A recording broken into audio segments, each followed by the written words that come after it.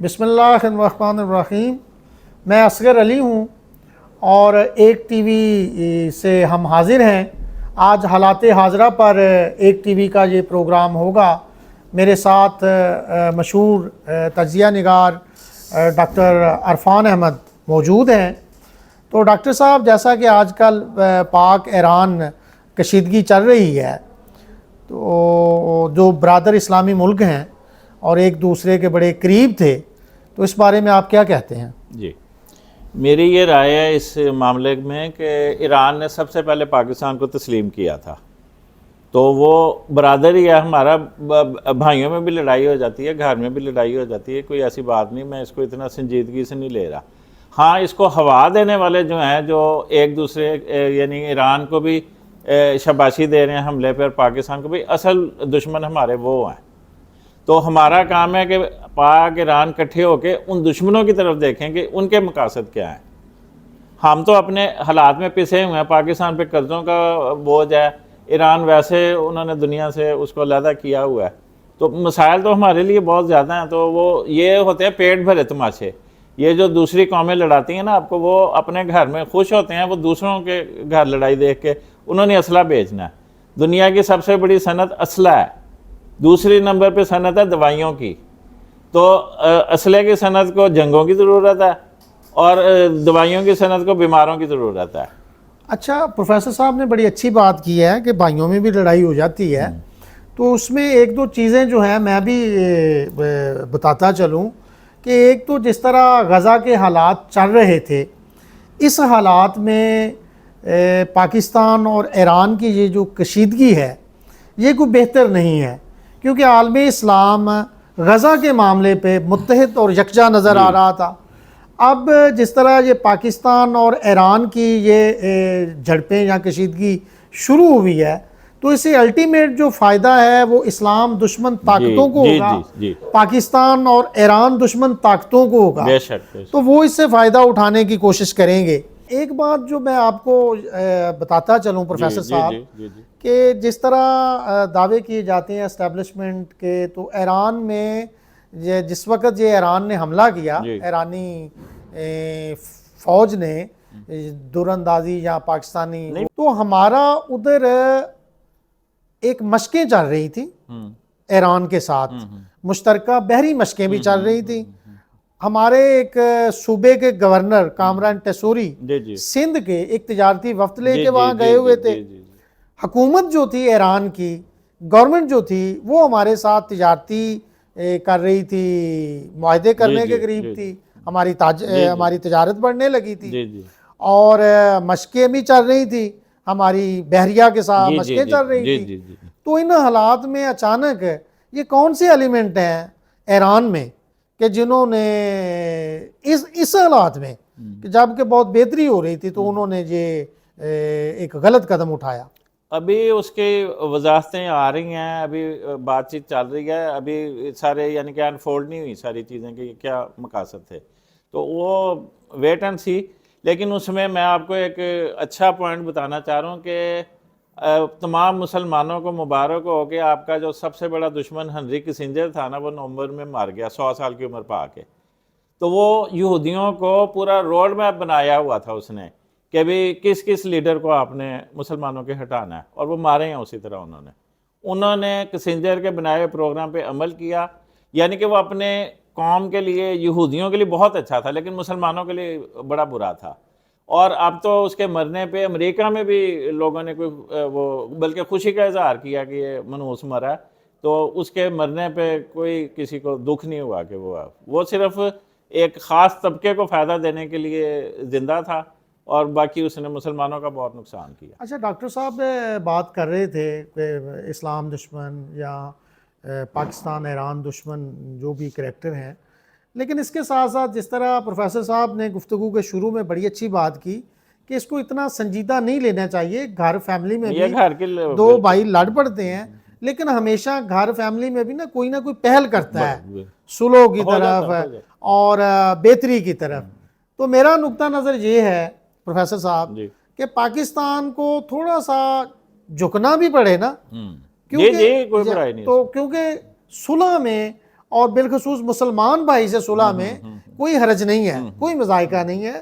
तो जो भी रद्द अमल दोनों तरफ से किया गया है, बिल्कुल ईरान ने एक ज्यादती की तो उसके जवाब में पाकिस्तान ने जो रद्द अमल दिया है वो देना चाहिए, एक खुद मुख्तार रियासत की हैसियत से वो दे दिया है। और जिस तरह हमारी वजारत खारजा की तर्जमान ने कल कहा है कि हम भी बात आगे नहीं बढ़ाना चाहते, जी और सुनने में आया है कि ईरान की तरफ से भी ऐसी जज्बात का इजहार किया जा रहा है। जी। तो आने वाले वक्तों में हम दुआ करते हैं कि अल्लाह ये ताला, दो भाइयों की लड़ाई है, इसमें दुश्मनों को खुश होने की जरूरत नहीं है। बिल्कुल दुरुस्त फरमाया कि ये बात आगे ना बढ़े, और इसमें मीडिया को भी और दानिश्वरों को भी उनको भी ठंडे और दिल थिंक टैंक्स जो दोनों ममालिक के हैं, एस्टेब्लिशमेंट है, गवर्नमेंट्स हैं, जितनी भी ये जिम्मेदारान हैं, उनको आगे बढ़ना चाहिए सुलह की तरफ। बिल्कुल। क्योंकि मुझे जो चेयरपर्सन है पीपल्स पार्टी के बिलावल भट्टो, उनका एक बयान ना उन्होंने बड़ा अच्छा बयान दिया है कि 4 हमसायों में से 3 हमसायों से हमने तल्लकात खराब कर लिए। हमसाए बदले नहीं जा सकते। तो इंशाअल्लाह एक टीवी आने वाले दिनों में मस्बत कवरेज करता रहेगा, अपना पैगाम आप तक, बल्कि पाकिस्तान तक, पूरी दुनिया तक पहुंचाता रहेगा कि हम लोग पाकिस्तान और ईरान की ये जो झड़पें, जो कशीदगी है, इसको ख़त्म करने में आप अपना किरदार अदा करेंगे एक टीवी के प्लेटफार्म से। और ये एक मस्बत और म्यारी साफत होगी, एक म्यारी प्रोग्राम होगा। हम रेटिंग के इल्जाम तराशी नहीं करेंगे, हम रेटिंग के लिए आगे नहीं बढ़ेंगे, कोई मिर्च मसाले वाली खबरें नहीं देंगे। तो यही हमारा मुद्दा और मकसद होगा। अच्छा प्रोफेसर साहब, आप थोड़ा सा हम मुल्की सियासत पर, क्योंकि सियासत का बाजार गर्म है, तो आप क्या देख रहे हैं? इलेक्शन होते नजर आ रहे हैं? इलेक्शन हो भी गए तो कुछ नहीं होना, यानी इलेक्शन होने के बाद क्योंकि आपकी इस वक्त जो सारी क्यादत चल रही है ना, ये ओवर 70 है। इस पे गौर करें। वोटर है नौजवान और क्यादत है बूढ़ी, तो सारी पार्टियां बूढ़ी हो चुकी हैं।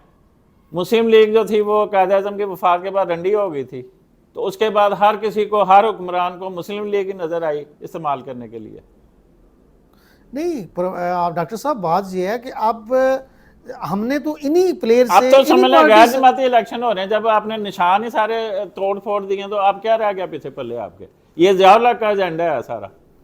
अच्छा, यानी आप फ्री एंड फेयर इलेक्शन? नहीं, कुछ भी नहीं है इसमें, मैं तो नहीं कहूँगा कभी। अच्छा, ये डॉक्टर साहब ने ना एक बड़ी, मैं समझता क्लियर बात है, खौफनाक बात कर दी है कि इन इलेक्शन की कोई वर्थ या इनका क्या उसको कहते हैं कि कोई हैसियत नहीं है कि इसका मतलब इलेक्शन से पहले प्रोग्राम पे तो कोई पार्टी लड़ ही नहीं रही, और आवाम के लिए तो कुछ नहीं। इल्जाम तराशी, वो कहते हैं फलाना बुरा, फलाना बुरे बुरे को हमने क्या करना, जो मुल्क के लिए अच्छा है हमारे लिए वो अच्छा है।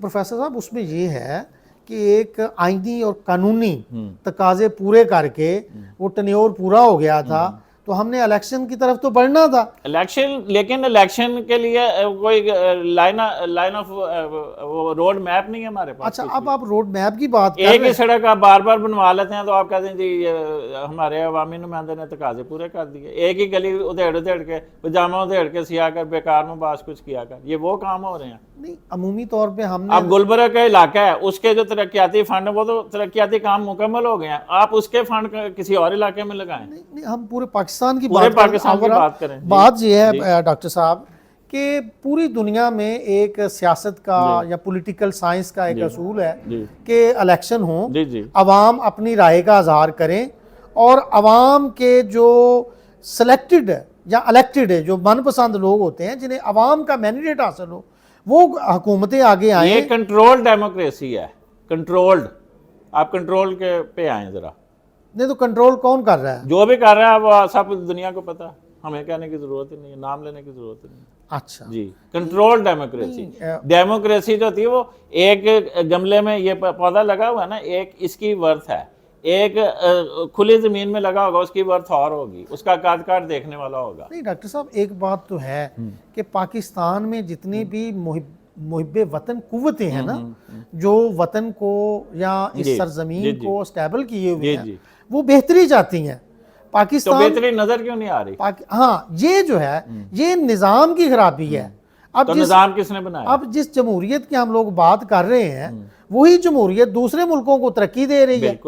तो ये क्या वजह, आप भी माशाल्लाह डॉक्टर साहब बहुत सीनियर तजियाकार। सर उसमें सबसे बड़ी बात मैं आपको बताता हूँ कि ये जो सियासी जमातें हैं ना, ये हवाई चीज़ें बनी हुई हैं पाकिस्तान में, ये इदारे नहीं हैं। ये जो इनके 20-20 मंजिला प्लाजे इस्लामाबाद में सारी दुनिया जानती है जी, फलाने की मलकियत है, फलानी पार्टी की फलानी, तो वो यानी कि पार्टी के नाम से वो प्लाजे क्यों नहीं बनाते? अच्छा डॉक्टर साहब, मैं जो आपकी बात समझ सका हूँ, तो इसको फिर ऐसा कर लेते हैं कि सियासी जमातों को बेहतर करने की और सियासी जमातों को ट्रेंड होने की जरूरत है, बजाय इसके कि हम ये कहें कि डेमोक्रेसी कंट्रोल है। नहीं बिल्कुल। अब ये देखें ना, एमएनए जो है आपका, एमएनए है वो पूरे पाकिस्तान के बारे में जानता है। एमएनए का मतलब होता है कि नेशनल असेंबली, नेशनल का मतलब है पूरे पाकिस्तान का। इनका तो कोई निसाब ही नहीं है, सूबाई असम्बली का कोई निसाब नहीं, काउंसलर का कोई निसाब नहीं है, एमएनए का कोई निसाब, क्या पढ़ा इन लोगों ने? तो नाजरीन, आपने देखा कि माशाल्लाह बड़े दर्द दिल का मुजाहरा कर रहे थे डॉक्टर इरफान साहब। तो जिस तरह इन्होंने फरमाया कि काउंसलर, एमपीए, एमएनए, इनको कुछ पता नहीं होता, तो मेरी तमाम सियासी जमातों के जो थिंक टैंक्स हैं, जो लीडर्स हैं, उनसे गुजारिश यही है कि अपनी जमातों के अंदर कुछ बेहतरी लाएं, ताकि इलेक्शन के बाद जो नुमाइंदे सामने आएँ वो मुल्क व कौम की बेहतरी के लिए बेहतर फैसले कर सकें और मुल्क व कौम की तकदीर बदल सके, बजाय इसके कि इल्ज़ाम तराशी के, दूसरों को कुछ कहने के, दूसरे अदारों पे उंगलियां उठाने के। सियासी जमातें अपने अंदर के नज़्म व ज़ब्त को, अपने अंदर की जमहूरियत को और अपने अंदर के किरदार को बेहतर करें, तो फिर जब इलेक्शन में नई हुकूमतें आएंगी तो वो पाकिस्तान के लिए बहुत बेहतर होंगी। इंशाअल्लाह अगले प्रोग्राम के साथ एक टीवी से दोबारा हाज़िर होंगे। पाकिस्तान जिंदाबाद।